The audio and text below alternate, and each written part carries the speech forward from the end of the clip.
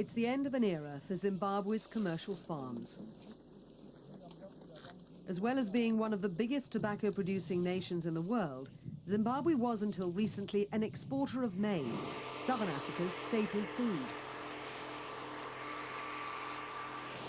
Efficient commercial farming operations meant the country was able to maintain a substantial strategic grain reserve to see it through times of drought. But those days are gone. After seasonal rains failed this year, more than 10 million people in southern Africa face starvation. It's the worst famine here for over 20 years. The UN's World Food Programme, or WFP, is targeting women for its food distribution. It says women can usually be relied on to take it straight home to their families, rather than being tempted to sell off the food for short-term profits, as men sometimes do. And things are already desperate here in the Angwa Valley. We struggle very much, and we eat wild fruits. The next maize crop is not due until April, so many people are at great risk of malnutrition.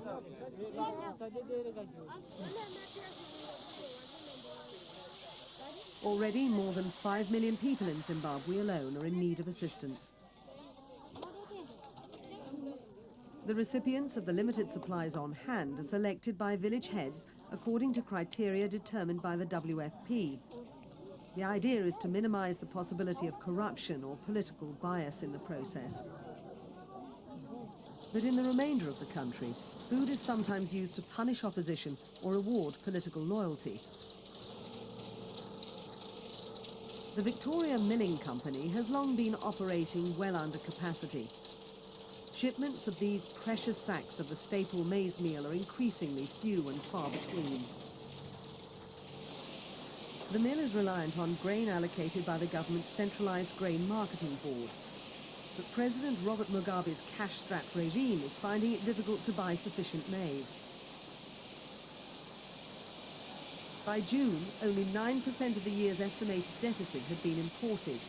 But even taking into consideration aid pledges and anticipated imports, the shortfall may still be over 1.5 million metric tons. Meanwhile, everyone wants to get their hands on one of these sacks. And there have been accusations that supporters of the governing ZANU-PF party are getting preferential treatment here in Gweru. Lacking their preferred maize porridge, people are increasingly reliant on subsidized bread as a staple, but that too is in short supply. Long lines form whenever sugar, cooking oil or bread become available. Today, these people are lucky, but the government's attempt to hold down bread prices can't be sustained for long. In the open market, entrepreneurs are quick to cash in on the shortages.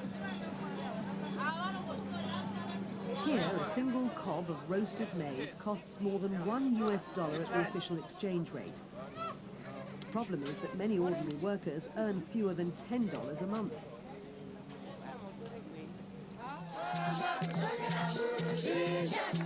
The intervention of the much-feared war veterans hasn't solved the problem. Politicians and warlords are enjoying the fruits of their renewed revolution.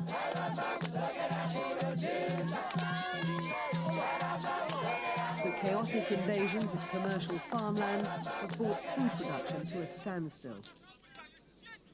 Spearheaded by combative war veterans like these, the government's fast-track land redistribution has already reduced large-scale commercial farming by an estimated 90%.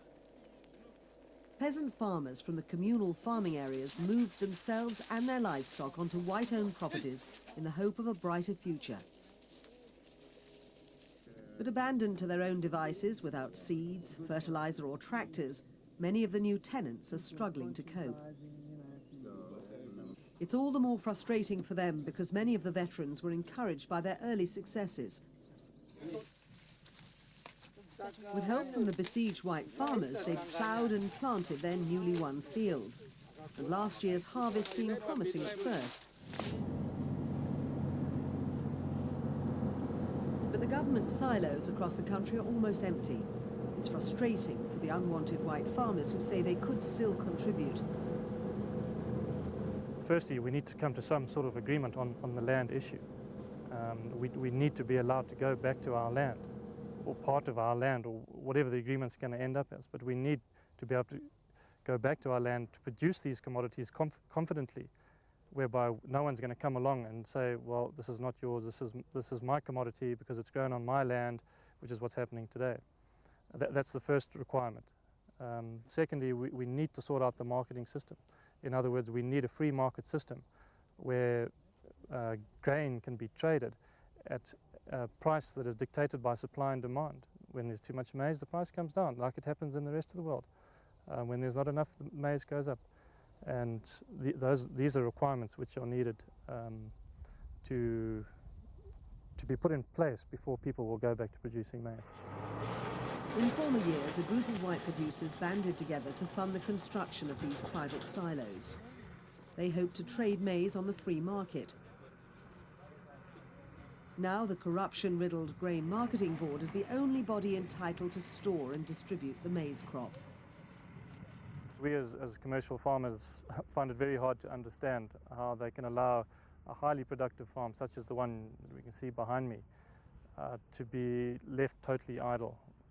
We have suffered from a drought. Maize supplies in the country are critically low, and we are having to import at the moment. Yet winter is the time of the year where we produce our wheat in this country, and we're having to let a lot of the land just remain totally idle. So this huge field lies fallow, although it's normally full of winter wheat. And it's certainly not an effect of the drought. This is the nearby Biri Dam. It was funded by a consortium of commercial farmers and the National Social Security Authority. It cost around $10 million and was intended as the first private water utility in Africa. Plans for expansion anticipated 4,000 hectares of irrigated wheat production on adjoining properties, a yield of 24,000 tonnes. But the bewildered investors have been told to quit their farms and in the midst of a famine are not permitted to irrigate food crops. A few local fishermen are the only beneficiaries. Fred Wallis is the general manager of the Biri Irrigation Scheme. We should have around 6,000 hectares of wheat in from Biri Dam this year. We're down to 2,300 hectares, which is less than 50%. With the dam's private investors facing expulsion, they'll have difficulty in repaying the millions of dollars owed on the project, and the scheme will fall dormant and bankrupt. I think that's the ambitions people had 2 years ago, what they were going to do. Prevented from farming for 2 seasons now, Tim Reynolds is the chairman of the Cattle Producers Association. Well, the problem with it was we got involved in that over 3 years ago when we were farming flat out and we could see potential. I mean, that dam is 17 k's away from my farm. And so you can see the potential that I thought was going to be available to expand production and food and wheat and irrigated crops. Well, consequently, a year after we got involved in that, the whole thing turned around, and since then we haven't been able to move at all. In fact, we're continually having to pay our full installments to the dam, but we can't use any of the water, so it's totally unproductive, totally unproductive. And yet in some areas, black-owned commercial farms and those under special government or war veteran arrangements can continue to irrigate freely. The seemingly erratic administration of Zimbabwe's resources has undermined foreign donor confidence, but WFP officials are satisfied. We have an excellent collaboration with the authorities. They allow us and our implementing partners to get the job done in a way that is not politicized. We distribute food to those who are in need and not those who are affiliated to certain political parties, and we're not under pressure by the authorities to do so. But the UN effort is aimed at only 500,000 people so far, leaving another 5 million potentially at risk.